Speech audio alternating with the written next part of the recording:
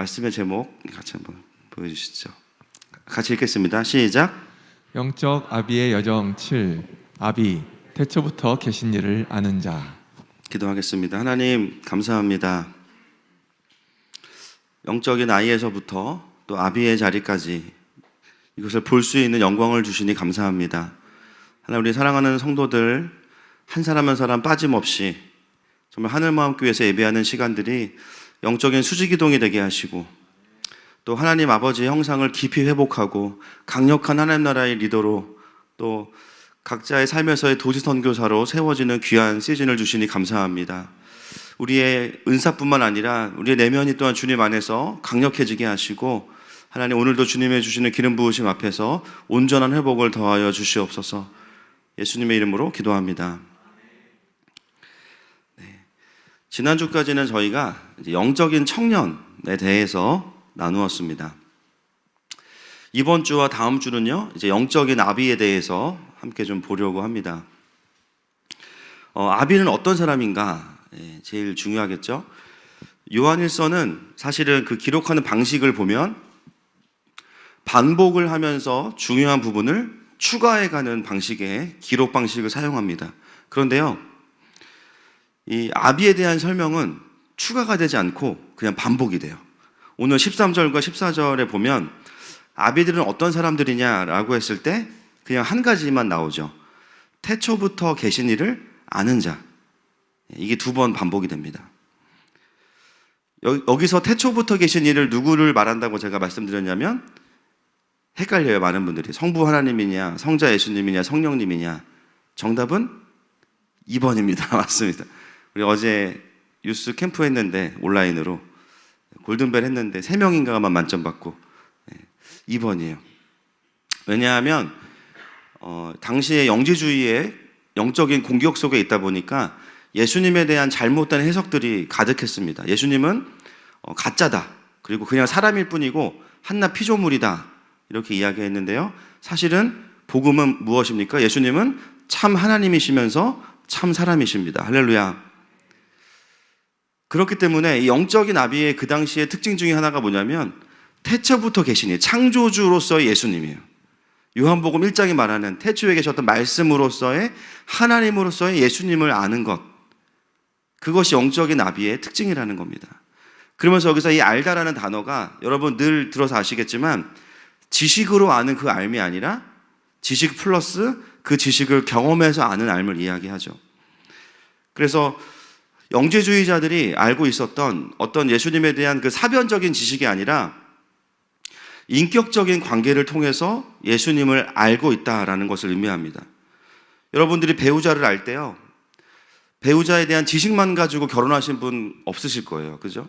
재산이 얼마고, 부동산이 얼마고, 학교는 어디고, 애니어그램은 몇 번이고, 물론 이런 걸 알아야 됩니다. 그러나 우리가 배우자와 함께 살아가는 삶은 지식만을 말하는 것이 아니라 함께 지내면서 그 사람을 경험하는 인격적인 관계를 통해서 그 모든 정보와 데이터를 실제로 경험하는 것까지가 바로 이 통합적인 알미라는 것이죠. 그렇게 되면 그 사람에 대한 지식과 경험이 일치하기 때문에 다른 배우자와 헷갈릴 일이 없습니다. 오늘 요한은 아비가 태초부터 계신 이를 알았다고 말하면서 이 알미라는 단어가 그 경험적인 알미라는 단어를 사용하고 있고요. 또 동사의 시제를 보면 완료형을 쓰고 있어요. 이미 알아버렸다라는 겁니다. 여러분, 영적인 아비들은 어떤 사람들이냐? 창조주 예수님을 이미 너무 많이 알아버린 사람들입니다. 여러분들도 그러시죠? 지금 신앙생활을 전문용어로 빠꾸 하기에는 너무 많이 주님을 알아버렸어. 그래서 이제 빠꾸를 해도 굉장히 마음이 찜찜하죠. 그래서 우리의 인생은 노빠꾸인 줄로 믿습니다. 빠꾸가 안 돼요, 이제. 구원을 어떻게 주님, 이게 카드도 아니고, 그죠? 결제 취소할 수도 없는 거고. 그래서 예수님에 대한 것들을 우리가 너무 알아버렸기 때문에 이제는 영지주의자들의 그 비진리의 공격에 넘어가지 않는 자들이 영적인 아비라는 것을 요한일서는 이야기하고 있어요. 여러분, 우리가 지난 몇 주 동안 이제 영적인 갓난아이부터 쭉 지금까지 달려왔지 않습니까? 영적인 아비는 갑자기 생기는 게 아니라 이 성장 과정을 통해서 열매를 맺는 겁니다. 그래서 영적인 청년을 잘 지낸 사람들이 겹쳐지면서 영적인 아비로 성장을 하는 거죠. 그래서 신앙생활을 오래 했다고 해서 영적인 아비가 된다기보다는 정확하게 말씀드리면 복음의 능력으로 실제로 승리해 본 경험이 많은 사람들이 영적인 아비가 돼요. 그게 이제 내공인데, 즉 내가 아는 복음이 실제로 나에게 정말 하나님 나라 안에서 다스림으로 임하고 내 내면의 문제들을 해결하고 내 문제뿐만이 아니라 내 주변의 문제들, 또 이 사회의 문제들, 나의 삶에 부르신 그 도시선교사로서의 삶의 영역에서의 문제들을 해결해 본 경험들이 쌓일수록 우리는 영적인 아비로 자라가는 겁니다. 왜냐하면은 태초부터 계신 이를 알기 때문이에요. 아, 복음의 능력이 이런 거구나. 예수님은 교회 안에만 계신 게 아니라 정말 나와 함께 하실 뿐만 아니라 내 삶 가운데 주인이 맞으시구나. 그분의 통치가 나에게만 필요한 게 아니라 모든 자들에게 필요한 거구나. 이 확신이 쌓여가면서 태초부터 계신 이를 아는 거죠. 영적인 승리를 경험한 자들이 아비가 되는 겁니다. 그러면서 현실 속에서 하나님의 살아계심과 일하심을 본 사람들이에요. 그런 것들을 경험하는 의미에서 통합적인 암이라는 단어를 요한은 사용하고 있습니다. 많은 분들이 이제 특히나 이제 신학을 하는 분들 중에서 보면 사실 이런 예수님을 알아가는 것은 신학이 굉장히 중요한데요. 신학은 정말 필요한 거고 저희 교회는 이제 굉장히 신학적인 교회잖아요. 그런데 제가 신학교 다닐 때 만난 분들 중에는 다 그런 건 아니었는데요. 이 통합적인 알미 좀 잘 채워져 있지 않은 분들도 많이 봤습니다. 그래서 신학은 열심히 했기 때문에 누가 뭘 말하면 비판은 굉장히 잘해요. 그거 신학적으로 문제 있다. 근데 문제는 뭐냐면 본인이 더 문제 있어. 본인이 훨씬 더 문제가 많아. 그 알고 있는 수많은 예수님에 대한 지식들을 자기에게는 적용하지 않아가지고 자기의 존재는 여전히 영적인 갓난아이고 청년도 아직 아니에요. 그런데 지식만 있으니까 열심히 다른 사람 설교 비판하고 다른 사람들이 말하면은 그거에 대해서 잘못된 점만 이야기하는 거예요. 어떤 느낌이냐면 의사인데 엄청 좋은 메스를 가지고서는요 수술을 잘해야 되는데 어떻게 수술해야 되는지를 모르니까 그냥 멀쩡한 데를 막 째는 거예요. 아무리 의학 지식이 풍부해도 막 수술실에서 막 손 떨고 막 이런 의사 같은 느낌인 거예요. 사람을 살리는 게 아니라 더 위험하게 만들 수도 있다는 거죠. 신학의 진리가 아무리 맞고 옳아도요 자신의 존재에는 전혀 풀어져 있지 않으면 다른 사람을 살릴 수가 없습니다. 제일 무서운 사람들이 누구냐 그래서 사역자들끼리 얘기하는 게 신학생들이 제일 무섭다고 이야기합니다. 그래서 제가 총신대 대학원 나왔잖아요. 총신대 대학원에서 설교하러 가는 목사님들은 바들바들 떠시는 분들이 많아요. 신학생들 앞에 설교해야 되니까. 사실 돌아보면 저도 전도사 때 좀 많이 그런 경향이 있었던 것 같고요. 솔직히 말해서. 그래서 무슨 강의를 들어도 항상 저게 성경적인 문맥에 맞을까? 원어 찾아보고 막 이랬던 시간들이 있습니다. 근데 신기한 거는 이제 저희 교회도 신학생들이 많은데 저희 교회는 그런 전사님들이 없어요. 아니면 끝까지 속이고 있든지 아니면은 신학교에서 열심히 안 하고 있다. 몰라. 근데 이제 세 번째는 뭐냐면 이제 신학을 건강하게 이제 자기의 메시지로 받고 은혜 받고 있다. 저는 이제 3번이라고 믿습니다. 여러분 우리가 하나님을 아는 지식은요 단순한 논리가 아니고요 진리예요. 진리를 아는 자들은 자유케 됩니다. 그런 사람들은 다른 사람을 자유케 합니다. 너무 분명한 거예요. 그래서 영적인 아비는 뭐 마음이 넓고 따뜻하고 좋죠. 동네 옆집 아저씨 같고 좋아요. 그러나 그게 근본적인 영적인 아비의 자격이 아니에요. 태초부터 계신 이를 얼마나 깊이 아는가. 그가 경험한 복음의 깊이가 얼마나 깊은가. 그가 만난 하나님 아버지가 얼마나 영광스러운 분인지를 아는 것으로 채워진 사람들. 그래서 존재 자체에 영광이 가득하고 진리가 가득하니까 그냥 가는 곳마다 그냥 진리의 싸움들이 그냥 일어나는 거예요. 그리고 하나님의 통치가 임하는 겁니다. 그러므로 사랑하는 여러분, 우리가 이렇게 많이 배우는 말씀들이 무엇보다 저도 그렇고요. 우리 존재 안에 더 풀어지기를 축복합니다. 그리고 이 말씀들이 우리의 삶의 가치관이 되기를 축복합니다. 그래서 그것이 능력으로 경험돼서 다른 사람을 살릴 수 있는 경건이 되기를 축복합니다. 그런 의미에서 요한은 영적인 아비에 대한 영광을 이렇게 이야기하고 있는 거예요. 여러분, 태초부터 계신 이를 안다는 것, 그것은 예수님과의 깊은 사귐을 의미하죠. 그 사귐 속에서 우리가 무엇을 알게 되냐면요, 요한복음 말씀 보겠습니다. 15장 15절 시작. 이제부터는 너희를 종이라 하지 아니하리니 종은 주인이 하는 것을 알지 못함이라. 너희를 친구라 하였노니 내가 내 아버지께 들은 것을 다 너희에게 알게 하였음이라. 네, 여러분, 예수님과 친해지면 좋은 점이 하나 있는데요, 천기누설이 일어납니다. 예수님이 입이 가벼우세요. 그래가지고 자기랑 좀 친하면 하나님하고 얘기했던 거 막 얘기해 주시는 거. 너만 알고 있어. 써 있잖아요, 15절에. 그렇죠? 요한복음에 써 있어요. 내가 아버지께 들은 것을 다 너희에게, 조금도 아니야, 다 너희에게 알게 하겠습니다. 그러니까 여러분, 이게 신앙생활이 어렵지가 않아요. 예수님만 구워 삶으면 됩니다. 그리고 누가 이걸 도와주시냐? 26절 말씀 15장 시작. 내가 아버지께로부터 너희에게 보낼 보혜사 곧 아버지께로부터 나오시는 진리의 영이 오실 때에 그가 나를 증언하실 것이요. 예, 이 예수님과의 깊은 사귐, 그리고 하나님과의 깊은 그 마음들을 알아내는 것 가운데는 또 성령님이 오셔서 도와주십니다.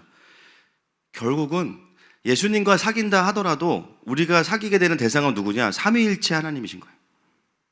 결국은 그분 안에 동기화가 다 되어 계시기 때문에 예수님과 깊어진다? 결국은 하나님의 깊은 마음들을 알게 됩니다. 그래서 하나님의 깊고 은밀한 계획들을 우리가 또 듣게 돼요. 예수님이 알게 하신 계획들이 무엇일까요? 사도행전 1장 3절 말씀 보겠습니다. 시작. 그가 고난받으신 후에 또한 그들에게 확실한 많은 증거로 친히 살아계심을 나타내사 40일 동안 그들에게 보이시며 하나님 나라의 일을 말씀하시니라. 네. 그 삼위 하나님 안에 가득한 메시지가 뭐겠습니까? 하나님 나라죠. 어떻게 하면 이 땅을 살리고 다시 회복시킬 것인가? 어떻게 하면 다시 하나님이 창조하셨던 보시기에 심히 좋았던 모습으로 회복할 것인가? 결국은 예수님과 깊어지는 사람들은 그 하나님의 엄청난 하나님 나라의 계획들 가운데 들려지는 메시지들을 알게 됩니다. 여러분, 영적인 아비들은 어떤 사람들인가요? 그렇기 때문에 삼위 하나님과의 깊은 연합 속에서 하나님 나라의 큰 일을 듣는 자들입니다. 영적인 아비들이에요. 영적인 청년들까지는 어떤 훈련을 많이 하냐면요, 이제 전문용어로 닥하충이라고 하는데, 닥치고 하나님께 충성해, 이건데 원래 잘 이해 안 돼도 순종하는 훈련들을 많이 시키세요. 보면 영적인 어린아이 때는 다 이해시켜줘. 근데 어느 순간이 지나가면 그냥 이제 해. 왜냐, 이미 하나님에 대한 권위가 확실하기 때문에 나를 신뢰하지 않고 하나님을 신뢰하는 시간들이 있어요. 그래서 때로는 이해가 안 돼도 순종하는 시간들이 많아요. 그리고 굉장히 세부적인 생활에 대한 간섭을 엄청 하십니다. 너 이거 해, 저거 해, 너 그거 틀렸어, 이거 맞아. 막 힘들어 막. 근데 그 시간들이 또 지나고 나면 어떻게 되냐? 물론 아비가 돼서도 하나님 우리에게 그렇게 요구하시는 어떤 규칙들도 있으시지만, 그러나 주로 아비들의 특징은 뭐냐면요, 이제는 그런 시간들을 다 거쳐왔기 때문에 하나님과의 깊은 사귐 속에서 하나님 나라의 큰 흐름과 부르심을 보는 것에 집중되어 있는 사람들이에요. 그러니까 이 아비들의 신앙생활은 어떠냐면요, 막 하나하나 가지고 하나님한테 막 결제받고 이런 것보다는 그냥 하나님하고 동행하는 사람들입니다.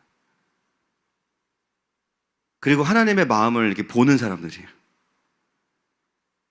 창세기 5장 한번 가볼까요? 창세기 5장 21절 시작. 에녹은 65세에 무드셀라를 낳았고 무드셀라를 낳은 후 300년을 하나님과 동행하며 자녀들을 낳았으며 그는 365세를 살았더라.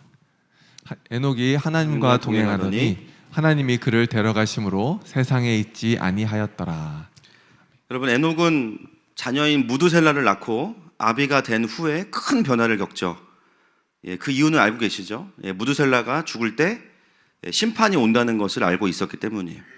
그래서 왜 무드셀라가 가장 오래 살았냐? 969살, 그죠? 하나님의 긴 기다림. 무드셀라가 죽던 해에 노아의 홍수가 임합니다. 에녹이 바뀐 타이밍은 아들을 낳고 나서이죠. 하나님의 심판 계획을 어떻게든 알았을 거예요. 큐티하다가 알았든지 뭐 하나님이 환상을 보여주셨든지. 그래서 그가 하나님과 동행했던 시간을 어떻게 보냈는지를 유다서가 설명하죠. 유다서 1장 14절 15절 말씀 보겠습니다. 시작. 아담의 7대 손 에녹이 이 사람들에 대하여도 예언하여 이르되 보라 주께서 그 수만의 거룩한 자와 함께 임하셨나니 이는 무사람을 심판하사 모든 경건하지 않은 자가 경건하지 않게 행한 모든 경건하지 않은 일과 또 경건하지 않은 죄인들이 주를 거슬러 한 모든 완악한 말로 말미암아 그들을 정죄하려 하심이라 하였느니라. 아멘. 여러분, 에녹은 하나님과 동행했습니다. 그러나 그가요, 혼자 산속에서 묵상만 한 게 아니라 그는 메신저였어요. 마지막 때와, 그 당시에 홍수가 오기 전에 마지막 때니까 마지막 때와 종말에 대한 메신저였습니다. 사람들에게 회개를 선포하고요, 돌이키라고 이야기했던 사람이 에녹입니다. 그런데 창세기는 그런 에녹을 뭐라고 표현해요? 그가 하나님과 동행했다, 이렇게 이야기하죠. 하나님과의 동행은 하나님과의 깊은 친밀함도 있지만 하나님의 깊은 구원 계획을 먼저 보았기 때문에 그 하나님의 계획들을 사람들에게 이야기하는 것, 그것도 하나님의 동행함 안에 들어있는 겁니다. 그것이 영적인 아비들의 특징이에요. 그래서 영적인 아비들은 늘 현실만 보는 게 아니라 현실이 포함되어 있는 하나님 나라를 보면서 현실을 해석할 수 있는 사람들이 영적인 아비입니다. 영적인 아비들은 어때요? 그러니까 전반적으로 안정감이 있고 느긋하죠. 예를 하나 더 들어보겠습니다. 열왕기하 6장 13절부터 15절 말씀. 시작. 왕이 이르되 너희는 가서 엘리사가 어디 있나 보라. 내가 사람을 보내어 그를 잡으리라. 왕에게 아뢰어 이르되 보라 그가 도단에 있도다 하나이다. 왕이 이에 말과 병거와 많은 군사를 보내매 그들이 밤에 가서 그 성읍을 에워쌌더라. 하나님의 사람의 사환이 일찍이 일어나서 나가보니 군사와 말과 병거가 성읍을 에워쌌는지라. 그의 사환이 엘리사에게 말하되 아, 내 주여 우리가 어찌하리까 하니. 아람 왕이 엘리사를 잡으려고 군사와 말과 병거를 보냈습니다. 그것을 보고 엘리사를 수종드는 청년이 당황해요. 근데 엘리사는 당황하지 않죠. 이유가 무엇입니까? 16절 17절 보겠습니다. 시작. 대답하되 두려워하지 말라. 우리와 함께한 자가 그들과 함께한 자보다 많으니라 하고 기도하여 이르되 여호와여 원하건대 그의 눈을 열어서 보게 하옵소서 하니 여호와께서 그 청년의 눈을 여심해 그가 보니 불말과 불병거가 산에 가득하여 엘리사를 둘렀더라. 할렐루야. 여러분, 엘리사가 무엇을 보고 있냐면요, 현실에는 아람의 군대와 병거가 와 있잖아요. 근데 엘리사는 거기서 끝나는 게 아니라 더 많은 하나님 나라의 군대를 같이 보고 있습니다. 청년은 당황해, 그렇죠? 엘리사는 당황하지 않아요. 침착해서 그런 게 아니에요. 하나님 나라의 지금 일하심을, 현재적인 일하심을 보고 있기 때문에 하나님으로부터 오는 안정감이 있기 때문입니다.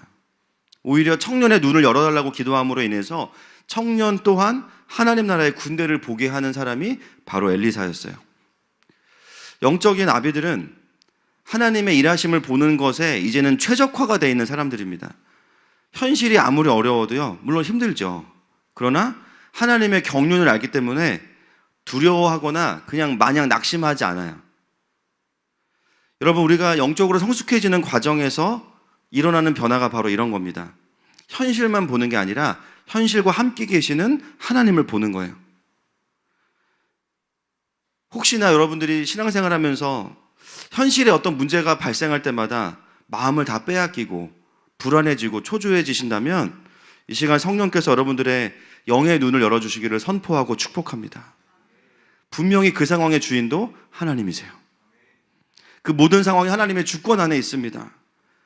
우리에게는요, 여호와의 군대만 있는 게 아니라 그냥 아예 하나님께서 우리와 함께 하세요.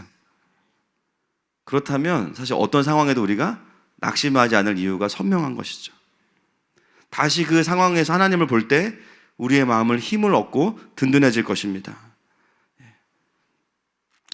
여러분, 성경에 나오는, 사실은 지금 몇 명만 봤지만 수많은 영적인 아비의 여정에 들어간 사람들은 전부 다 하나님과 친해지면서 하나님의 큰 계획과 그림들을 보면서 그들의 삶을 살아갑니다. 노아가 그랬고요, 그죠? 하나님의 그림을 보고, 아브라함도 그랬죠. 모세도 그랬죠. 다니엘도 그랬고, 구약의 선지자들은 이스라엘의 회복만 예언한 것이 아니라 구원자 예수 그리스도를 또 예언합니다. 큰 그림들을 다 봐요. 그리고 제자들은 예수님께 저자 직강을 또 다 들었어요. 그리고 바울, 말하면 입 아픕니다. 또 반모섬에서 마지막 때의 환상을 본 사람 누구죠? 요한. 계시록을 또 쓰게 되죠. 영적인 아비로 살아가는 사람들은 결국은 다 하나님의 큰 경륜 앞에 서게 돼요. 사도행전 2장 16절 17절 말씀 보겠습니다. 시작. 이는 곧 선지자 요엘을 통하여 말씀하신 것이니 일러스되 하나님이 말씀하시기를 말세 내가 내 영을 모든 육체에 부어주리니 너희의 자녀들은 예언할 것이요 너희의 젊은이들은 환상을 보고 너희의 늙은이들은 꿈을 꾸리라. 아멘. 요엘서의 예언대로 사도행전에서 그대로 이루어지는 것을 보면서 이 예언을 다시 선포하죠. 여기 보면은 자녀들은 예언을 하고요, 청년들은 환상을 보고, 늙은이들이 결국 이제 아비들인데 아비들은 꿈을 꿉니다. 갑자기 막 아버지가 주무신다, 그게 아니라 하나님과의 깊은 연합으로 들어간 자들은 하나님이 주시는 꿈을 꾼다는 거예요. 그 꿈이 무엇입니까? 하나님 나라의 큰 일입니다. 그래서 아비들은요, 통찰이 있어요. 통찰. 그 사람이 스마트해서가 아니라 하나님이 보여주시니까 통찰이 그냥 이렇게 오는 거예요. 다니엘이 받았던 그 통찰. 여러분, 우리의 신앙생활도 지금도 우리가 많이 그렇지만 점점 더 어떤 행동 강령을 넘어서서 하나님의 그림을 볼 수 있기를 축복합니다. 그래서 그 그림을 보기 때문에 영적인 아비들이 사역하는 모습은 청년들과는 다른 거예요. 그러니까 청년이 나쁘다는 게 아니라 더 성장하고 더 상위 버전일 수밖에 없다는 거예요. 그리고 청년의 시기들을 살아왔기 때문에 이제는 그 하나님 나라의 그림을 그 필드에서 어떻게 이루어야 되는지의 세부적인 전략까지도 경험한 자들이 영적인 아비들입니다. 그러니까 정말 많은 사람들을 도울 수가 있는 거죠. 대표적으로 사도 바울이 가장 이제 영적인 아비의 모델인데 자신의 영적인 아들이었던 디모데를 일으켰던 모습을 좀 찾아보겠습니다. 디모데후서 1장 6절 말씀 보겠습니다. 시작. 내 속에 있는 하나님의 은사를 다시 물빛듯 하게 하기 위하여 너를 생각하게 하노니.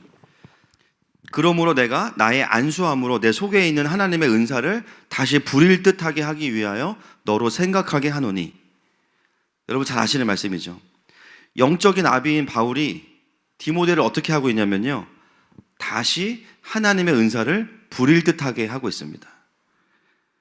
여러분, 이게 어떤 의미일까요? 그 뒤에 보시면 시작. 하나님이 우리에게 주신 것은 두려워하는 마음이 아니요 오직 능력과 사랑과 절제하는 마음이니. 그러므로 너는 내가 우리를 주를 증언한가 또는 주를 위하여 갇힌 자 된 나를 부끄러워하지 말고 오직 하나님의 능력을 따라 복음과 함께 고난을 받으라. 예, 여러분 보세요. 바울이 다시 디모데를 영적으로 부스팅해서 올려요. 근데 그 결론이 뭐냐면 은사 충만이라기보다는 능력을 따라 복음과 함께 고난받는 거예요.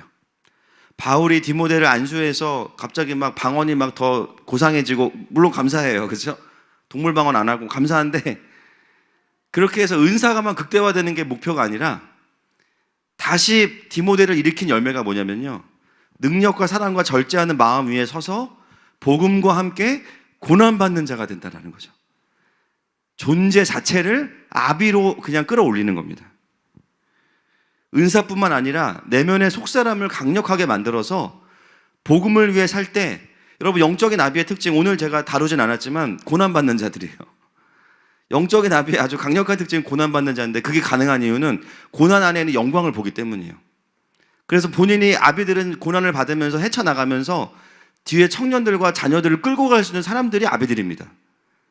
근데 그 영적인 아비로 자랐던 바울이 디모데를 일으키는데 지금 바울의 상태가 나쁜 게 아니에요. 사실은 나름 쏘쏘 잘하고 있어. 그런데 거기서 끝난 게 아니에요.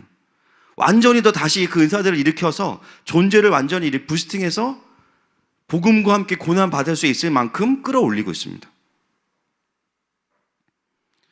여러분, 영적 아비의 기름 부으심이 바로 이런 거예요. 청년의 기름 부으심, 지난주에 우리가 공부했죠.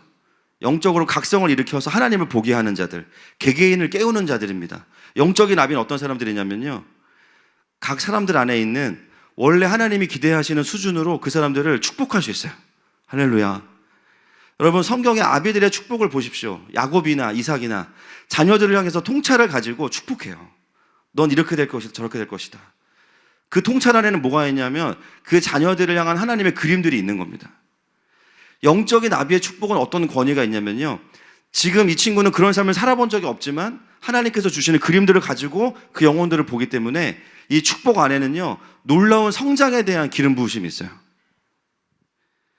내가 섬기는 사람들이 어떤 부분에서 회복이 돼야 되고 어떤 부분에서 강력해져서 복음과 함께 고난받을 수 있을 만큼 성장해야 될 것인가, 이거를 알고 그것을 축복하고 그 일을 일으킬 수 있는 사람들이 누구냐면 영적인 아비들입니다.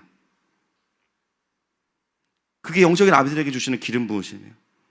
그래서 그것이 이 사람에게는 다시 성장하는 데 있어서 죄의 문제에 걸려 있다면 복음의 능력으로 죄와 사망 권세를 끊어내고, 그 사람이 성장하는데 내면에 어두움의 문제가 있다면 복음의 빛을 그 사람 안에 비춰주고 선포해 줄 수 있는 사람들, 그래서 한 영혼을 완전히 일으킬 수 있는 사람들이 영적인 아비들입니다. 제가 늘 농담으로 하는 말 있죠. 저희 교회는 재활용 목회 전문이다. 어감은 좀 그래요. 재활용 목회라 그러는데 사실 여러분 이 말 안에는 엄청난 영광이 있어요.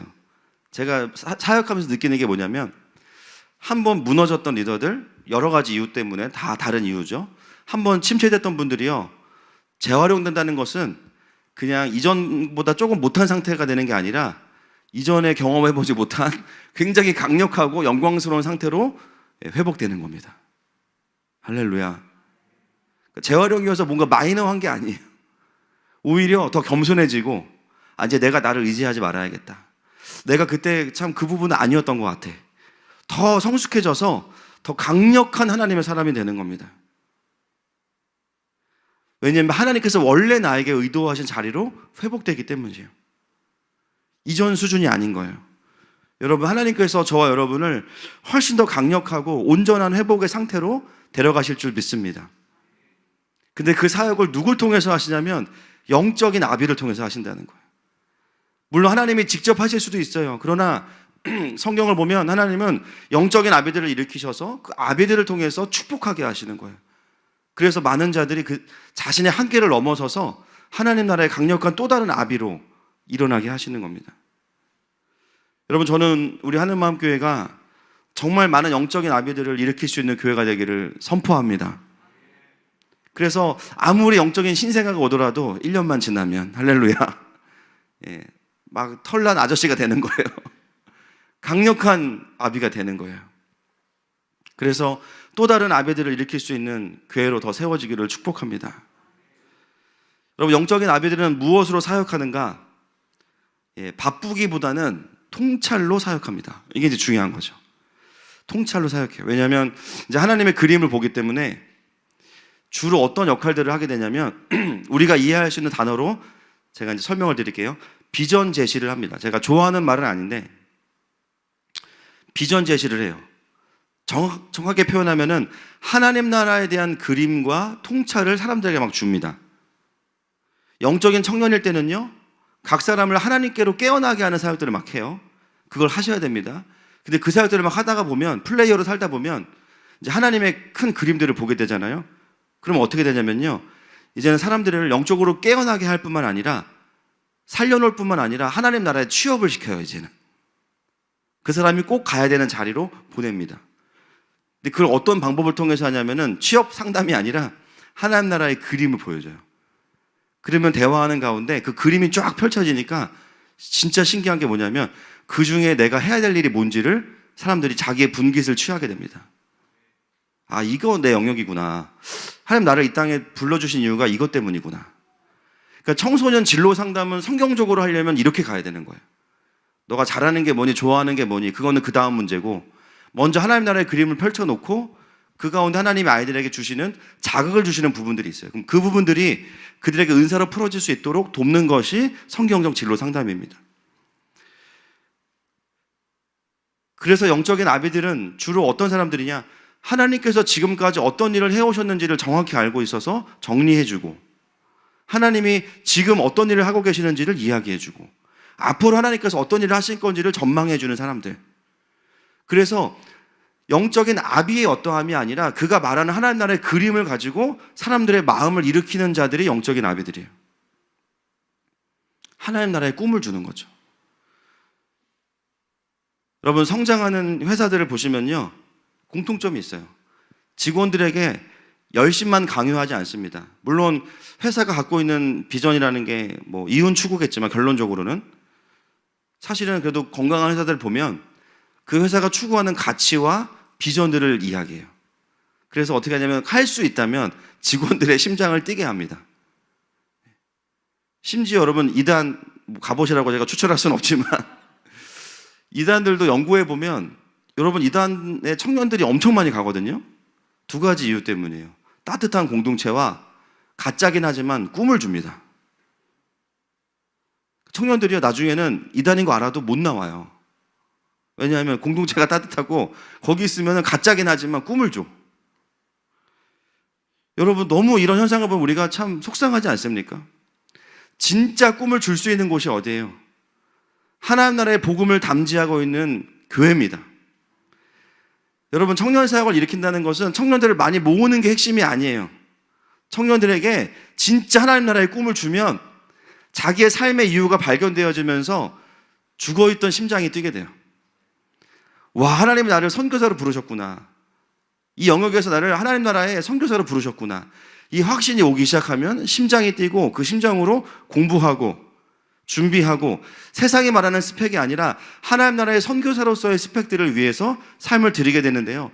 공부하면서 예배하는 마음으로 공부하게 되는 거죠. 자격증을 따도 그냥 돈 많이 벌기 위해서가 아니라, 많이 버세요. 많이 벌기 위해서가 아니라 정말 내가 그 필드에서 하나님 나라를 세워가기 위해서 진입해야 되는 자격이니까 공부하는 거예요. 그거는 공부하면서도 예배가 되고 영성이 절대 뒤로 후퇴하지 않습니다.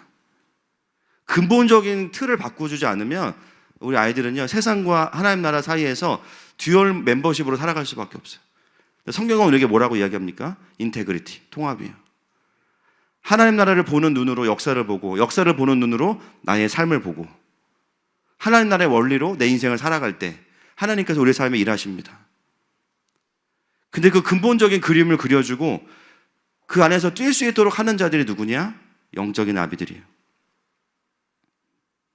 여러분, 하늘마음교회가 정말 더 잘 세워져 가면서 이 땅의 수많은 청년들과 다음 세대들에게 진짜 꿈을 주는 교회가 되기를 선포하고 축복합니다. 세 번째, 영적인 아비는 어떻게 사역하냐면요, 권위를 나누어 줍니다. 사실 되게 많은데 제가 이제 기도하면서 그냥 요번에 요것만 딱 나누려고 하는, 권위를 나누어 줘요. 영적인 아비는 자신의 권위를 나누어 줄 수 있는 여유가 있습니다. 왜냐하면 경쟁하는 구조에서 살지 않기 때문에, 아비들은. 여러분, 어떤 부모가, 뭐 저 같은 경우는 서유리가 뭐 엄마를 사랑한다 그러면 제가 마음속에서 아내를 빼앗아가는 거 아닐까? 뭐 이런 생각 할까요, 제가? 서유리 뭐 불러가지고 혼내고, 야, 내 여자야, 뭐 그렇게 하겠어요, 제가? 서유리가 엄마를 사랑해주면 좋아요. 저 대신 더 해주니까 너무 감사한 일이죠. 아비들은 노심초사하지 않습니다. 왜냐면요, 이미 존재가 채워져 있어요. 내가 배부른데 왜 남의 거 뺏어 먹겠어요? 이미 하나님의 영광으로 채워져 있고 그 은혜가 그냥 있어요. 그러니까 굳이 내가 막 인정받기 위해서 노력하거나 뭔가를 막 성취하려고 애쓰지 않습니다. 여러분, 그런 게 돼야, 존재가 돼야 자기의 영적인 포지션과 권위들을 다른 사람에게 나눠줄 수 있는 거예요. 여러분, 리더 중에 그런 분들이 있어요. 뭐 다 그런 건 아니지만 뭔가를 나의 권위를 다른 사람에게 주는 거를 되게 어려워하는 사람들이 있어요. 여러분, 헷갈리시면 안 되는 게 있어요. 뭐냐면 꼼꼼해서 잘 챙기는 거는 좋은 거고요. 제가 말씀드리는 건 뭐냐면 마치 내 자리를 빼앗길 것 같아서 다른 사람에게 뭘 못 맡기는 분들이 있다는 거예요. 아비의 리더십은 아직 아닌 겁니다. 그래서 어떤 목사님들은 보면 막 자기 교회 다른 부교육자가 설교 잘하면 막 불안해. 그래서 막 설교 안 시키고 막 혹시 막 사람들 마음을 얻는 거 아니야? 혹시 내가 권위를 잃어버리는 거 아니야? 사람들이 나보다 저 목사님을 좋아하면 어떡하지? 나보다 저 전우사님을 좋아하면 어떡하지? 여러분, 잘 생각해 보세요. 담임 목사가 설교를 못해서 은혜를 못 받는데 부교육자가 설교를 잘해요. 그래서 그 교회를 다녀요. 다행인 거 아닙니까? 다행이에요, 그거 진짜. 너무 감사한 일이고 계속 세워야지 그러면. 그리고 설교를 부교육자가 잘하면 담임 목사가 쉴 수가 있어요. 할렐루야. 아니, 앞으로 제가 안식년이어서 이런 얘기 하는 게 아니라 이거는 그 전에 준비한, 앞으로 제가 없는 시간 동안 은혜가 충만할 겁니다. 네, 저보다 더 크신 이가 제 뒤에 오고 있습니다. 제일 중요한 거는 누가 설교해도 은혜 받아야죠. 아멘이십니까? 네. 저는 하늘마음교회와 우리 교회 모든 리더들이 영적인 나비가 돼서 점점 사역자들이나 리더들이 성장하면 그걸 경쟁하고 막 밀어내는 게 아니라 거기에 맞는 권위가 주어져야 돼요. 더 높은 기름 부으심으로 갈 수 있도록 영혼들을 키우고 살려야 됩니다. 그래서 아비들은 어떤 마음이 있냐면요, 근본적으로 아비이기 때문에 영적인 어미들도 마찬가지고요, 성장시키고자 하는 DNA가 생겨요. 희한하게도. 그래서 영적인 태도가 좋고 영적인 자질이 좋은 사람들을 보면 위험한 사람이야 이렇게 하는 게 아니라, 견제하는 게 아니라 그거를 막 블레싱해서 막 축복하고 성장시키고 싶어하는 마음이 생깁니다.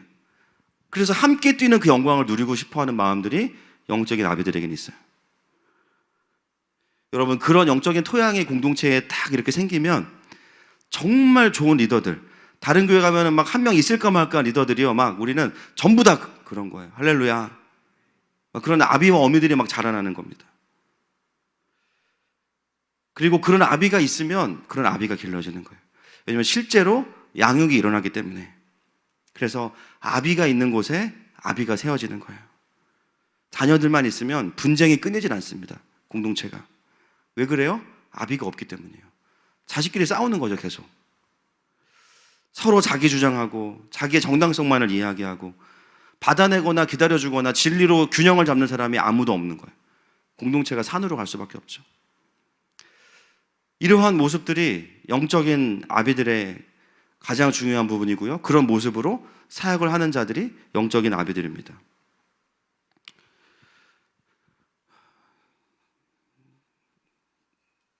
다음 주에 이제 그 다음 부분을 다음 주에 할 텐데, 다음 주에는 하나님께서 이 아비를 통해서 궁극적으로 이 땅에서 하시고자 하는 사역이 무엇이냐, 그래서 아비의 끝판왕, 다음 주에 이제 그 부분은 나누도록 하겠습니다. 제가 3부 예배를 하면서 짧게 설교하는 훈련이 좀 됐나 봐요.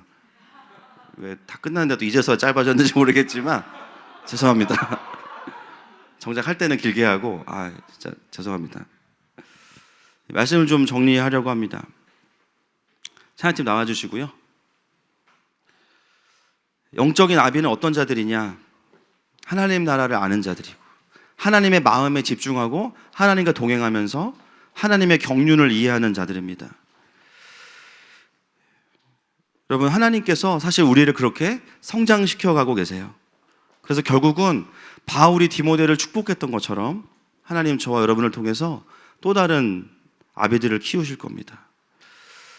여러분, 이 땅의 젊은 세대들의 가장 큰 슬픔이 아비가 없다고 느끼고 또 자기의 심장을 뛰게 할 만한 꿈이 없다고 느끼는 자들이 너무나 많습니다. 나이와 상관없이. 여러분, 이 시간에 우리가 그런 우리에게 진짜 아버지가 되어주셨고 우리가 이 땅에 살아야 될 이유를 주신 그 아버지 앞에 나아갑시다. 그리고 하나님, 오늘도 하나님 우리의 영적인 여정이 또 하나님 안에서 조금 더 전진하기 원합니다. 조금 더 성장하기 원합니다. 함께 이 고백으로 주님 앞에 나아갑시다.